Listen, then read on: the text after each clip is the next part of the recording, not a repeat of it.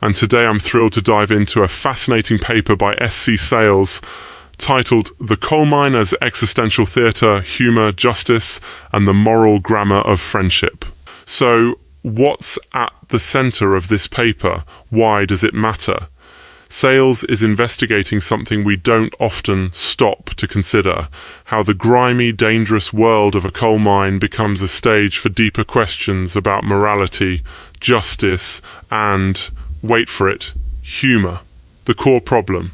How do people use laughter, pranks, and friendship to make sense of fairness and justice when there's no formal system keeping track, especially in the tough, male-dominated world of underground mining? The setting is gritty, but the issues are huge. It's about how we, as humans, kind of just muddle through ethical situations, sometimes finding weird clarity in the darkest places.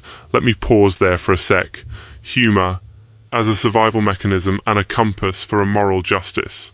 In a coal mine, isn't that something? Anyway, Sayles tells a real story about two apprentice electricians, Charlie and Chip, and this older guy, Big Mac. Chip looks barely old enough to shave, but is already married with a kid. Just wow, that blew my mind for a second, and I guess people grew up faster back then, or maybe it just seemed that way. Anyway, Charlie and Chip become instant friends, sharing laughs and apple pies. Yes, because Chip's wife packs 2 pies in his lunch, one for him, one for Charlie, until Big Mac notices and demands one for himself, every single day. When the little injustices pile up, what do? Well, here's where it gets wild. Charlie and Chip hatch a plan. They rig one pie with dirt, spit, salt, pepper, the whole 9 yards, and offer it up as bait. Mac falls for it, bites in, and chaos ensues. Tears, laughter, a little revenge in the greasy shadows beneath the earth. The prank turns Mac from bully to the butt of the joke, just like that.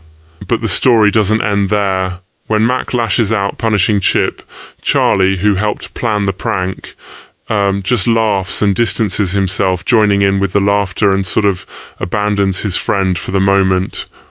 Oof now! Sayles isn't just telling a funny story for laughs, he's running a philosophical analysis on what just happened down there.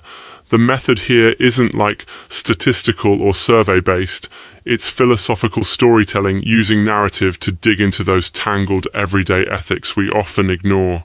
The coal mine, says Sayles, is almost like a mythic underworld. Harsh, raw, and so compressed that clear lines between justice and cruelty, between joking and betrayal, get blurry.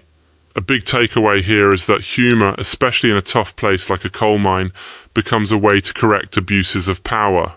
When Big Mac uses his seniority to essentially bully the apprentices out of their treats, the prank offers a kind of poetic justice that's both crude and brilliant. The laughter from the group signals, hey, balance has been restored, but not without its messy downsides, because then we get to the betrayal, when Charlie lets Chip take the heat. We're reminded that every joke or punchline carries a choice. Are we laughing with those being harmed or laughing at them? Do we stand by our friends? Or, when the moment comes, do we step back into the safety of group laughter? And, so what does this mean for you, the listener? It means workplaces, schools, friend groups, any community really, a little moral laboratories. Humour can be a tool of justice, or a shield, or even a weapon, depending on whose side you're on. Sayles' paper asks us to think about the double edge of laughter. It restores balance, but can also betray, isolate, or even deepen wounds. It's not about simple good guys and bad guys, it's about how messy, divided, and deeply human we all are in our choices.